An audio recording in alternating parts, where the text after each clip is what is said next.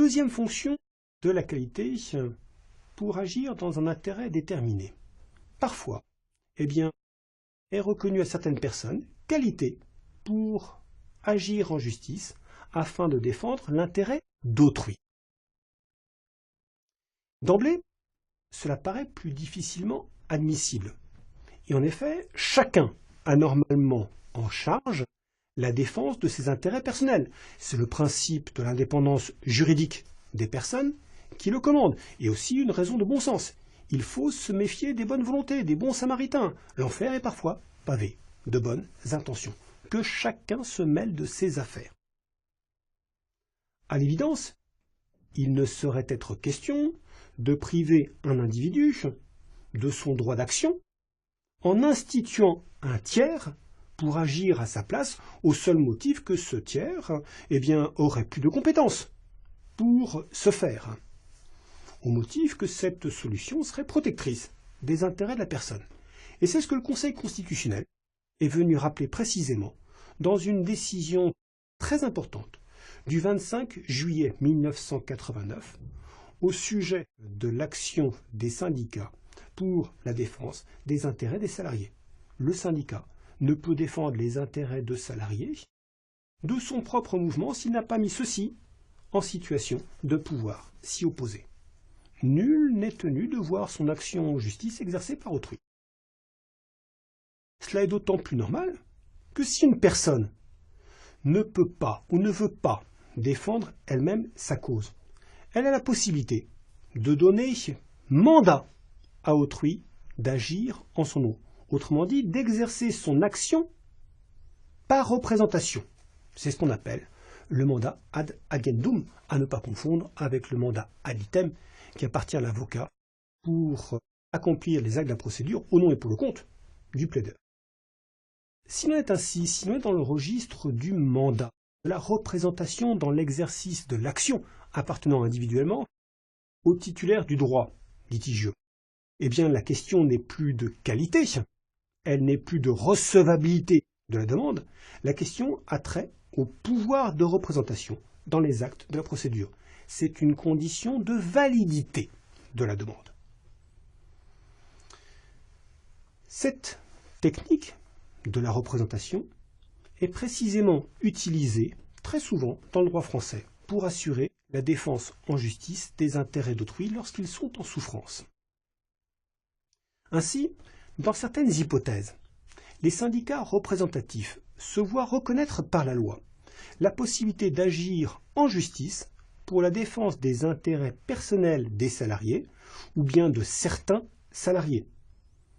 Et ainsi encore, les syndicats peuvent exercer certaines actions pour le compte de leurs adhérents. Mais dans ces hypothèses, le syndicat n'exerce pas une action qui lui appartiendrait personnellement, une action qui lui serait propre. Il exerce en représentation l'action des salariés, l'action de ses membres. C'est dire que l'assouplissement des règles ordinaires de la procédure civile tient seulement, mais c'est déjà beaucoup, à ce que le syndicat peut agir en justice pour le compte de salariés sans avoir besoin de justifier au préalable d'un mandat qu'il aurait reçu de leur part. Il est en somme présumé avoir reçu mandat d'exercer l'action pour leur compte. Et pour ce faire, il suffit, c'est l'exigence rappelée tout à l'heure du Conseil constitutionnel, il suffit qu'il les en ait avertis, de sorte que les salariés puissent s'opposer à cette représentation dont ils ne voudraient pas. La même analyse vaut pour les actions en représentation conjointe que le droit français a instituées. Et en effet, depuis de nombreuses années maintenant, certains groupes de pression, notamment dans le domaine de la consommation, réclament de plus en plus fortement que l'on introduise en droit français ce que les systèmes anglo-saxons connaissent sous l'appellation de class action.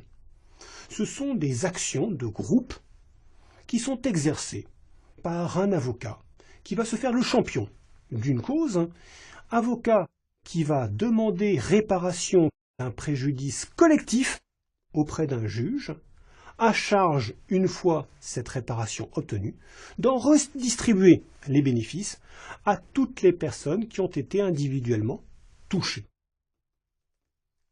cette action de groupe, à l'américaine, à l'anglaise, n'est pas admissible dans notre système juridique. Elle heurte de front plusieurs principes.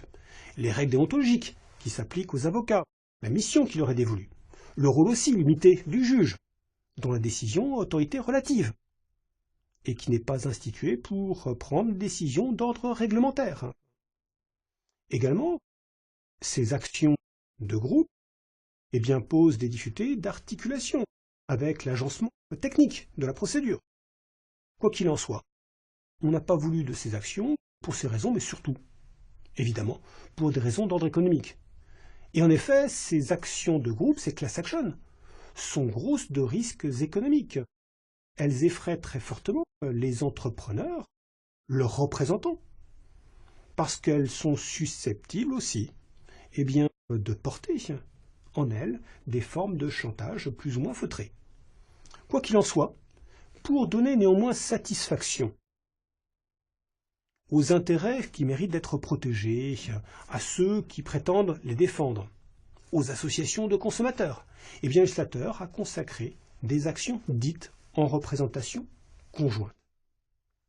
Ces actions en représentation conjointe sont, comme leur nom l'indique, de simples possibilités de représenter en justice des intérêts regroupés, des intérêts conjoints. Concrètement, le juge va reconnaître à une association la possibilité de soutenir plusieurs causes rassemblées. Mais autant dire que ces actions en représentation conjointe, qui sont bel et bien organisées, n'ont connu aucune espèce de succès. En droit français, pratiquement, elles ne sont jamais exercées. Et pourtant, le législateur les avait organisées de manière assez large. Concrètement, une ou plusieurs associations agréées par l'autorité publique pour ce faire, peuvent obtenir, au nom des personnes qui les ont spécialement mandatées, il faut un écrit, et c'est une restriction, peuvent obtenir, au nom de ces personnes, la réparation des préjudices individuels que ces personnes ont respectivement subis et qui ont leur origine commune, dit la loi, dans l'activité d'un même responsable. Elles peuvent être exercées ainsi dans le domaine du droit à la consommation, dans le domaine du droit de l'environnement. Mais on l'a dit, ce système n'a eu aucun succès. Et c'est ainsi que le législateur français s'est orienté vers l'admission définitive des actions de groupe en droit français. Mais des actions de groupe remodelées, acclimatées au droit français. Et de fait, certaines suggestions doctrinales avaient montré la voie, avaient montré qu'il était fort possible de reconnaître en droit français des actions de groupe qui ne soient pas attentatoires à nos principes et dont la nocivité soit cantonnée. Et ainsi, le doyen Guinchard avait montré en particulier qu'une action de groupe à la française pourrait être admise. Cette action de groupe reposait dans son idée sur un découpage du procès en deux phases.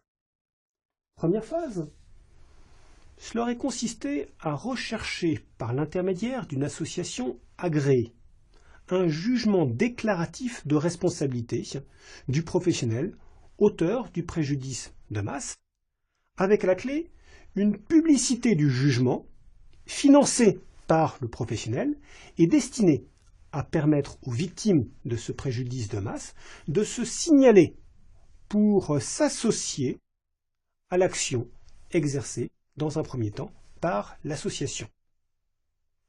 Puis, dans un second temps, dans une seconde phase, interviendrait la condamnation judiciaire du professionnel à réparer les préjudices individuels des personnes qui se seraient associées à l'action, qui seraient intervenues en justice. Finalement, on l'a dit, une action de groupe a été effectivement introduite dans le droit français. Elle l'a été par la loi du 17 mars 2014, dite loi Hamon, relative à la consommation. Mais même si cette action de groupe s'inspire du modèle que l'on vient d'esquisser, elle s'en écarte notablement sur plusieurs points. Et cela en fait une institution hybride, une institution très curieuse, très troublante, qui oscille étrangement entre reconnaissance aux associations agréées d'un pouvoir de représentation des personnes individuellement intéressées, et d'autre part, attribution de qualité à l'association en vue d'exercer une action propre. Alors concrètement, cette action de groupe, disent les textes, ne peut être exercée que par une association de défense des consommateurs représentative au plan national et agréée à cette fin. Elle a pour objet d'obtenir devant la juridiction civile réparation des préjudices individuels subis par des consommateurs placés dans une situation similaire ou identique et ayant pour cause commune un manquement par le professionnel à ses obligations légales ou contractuelles, à l'occasion de la vente de biens, de la fourniture de services, autrement dit de litiges de consommation, ou bien de pratiques anticoncurrentielles. Et prochainement d'ailleurs, cette action de groupe devrait être étendue à d'autres domaines, par exemple à la réparation des préjudices des victimes de discrimination, à la réparation des préjudices liés à les produits de santé. En tous les cas, on aura remarqué qu'il n'existe dans les textes actuels aucune condition tenant à l'importance des préjudices subis. En revanche, il est précisé que l'action de groupe ne peut porter que sur la réparation des préjudices patrimoniaux. Et cela se comprend fort bien. Les préjudices corporels, les préjudices moraux sont donc exclus. Mais par essence, ces préjudices sont des préjudices essentiellement singuliers. Et par conséquent, une action de groupe ne se justifie pas pour ce qui les concerne. L'action de groupe, on étudiera ici que son fonctionnement ordinaire, est divisée elle-même en deux phases.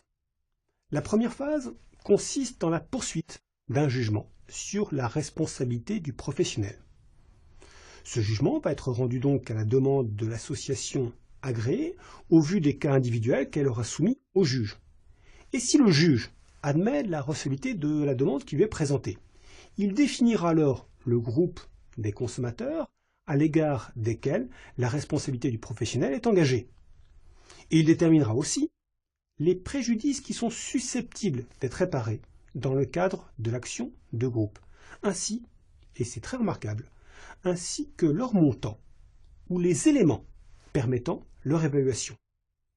C'est dire que le juge statue dans une même décision sur la recevabilité de la demande, sur le principe de la responsabilité, mais aussi sur ses conséquences. Et c'est ici que l'organisation de l'action de groupe est curieuse.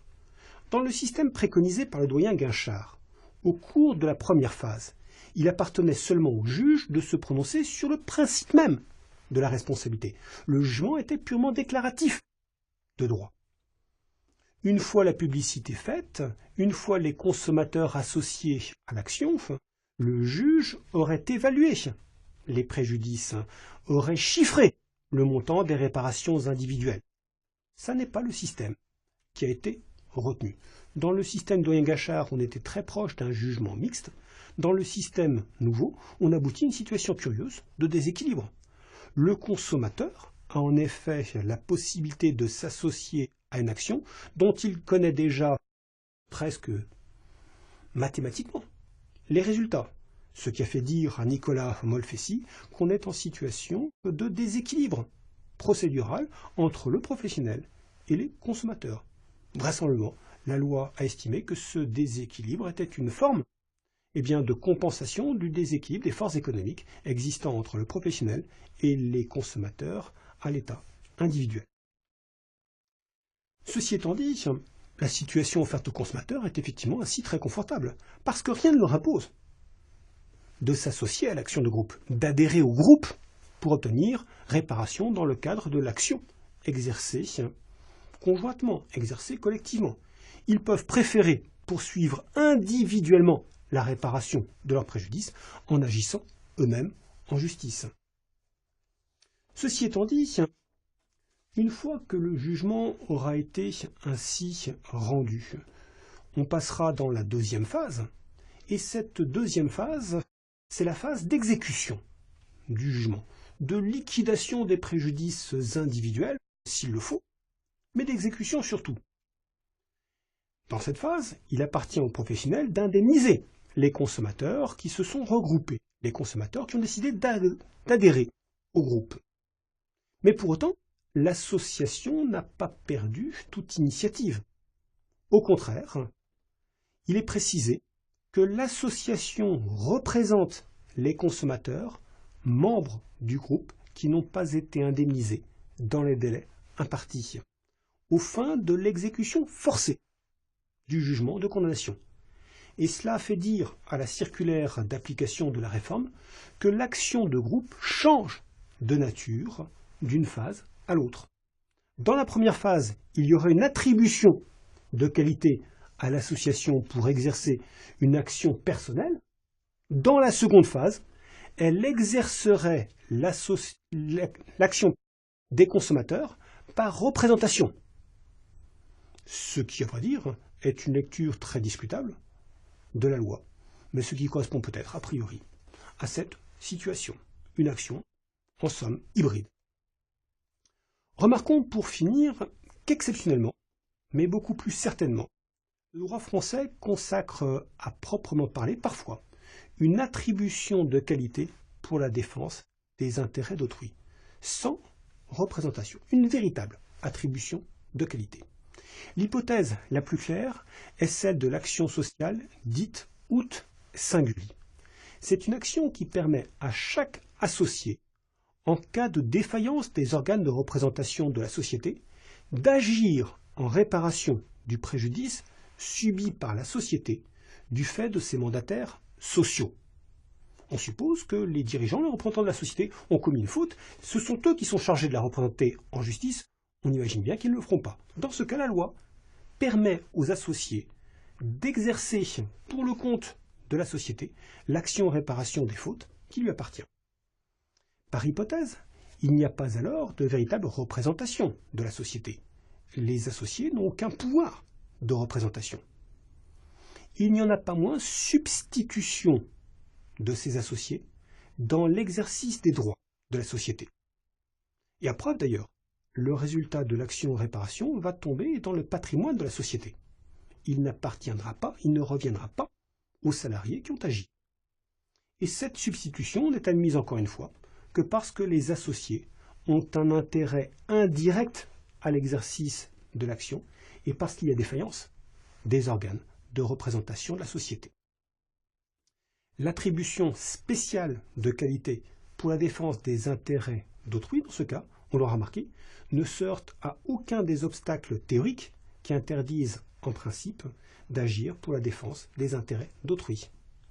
Il n'en reste pas moins que la solution est exceptionnelle et c'est pourquoi les juridictions en défendent une interprétation restrictive. Et par exemple, elles n'admettent pas qu'une action de ce type puisse être exercée dans le cadre des associations.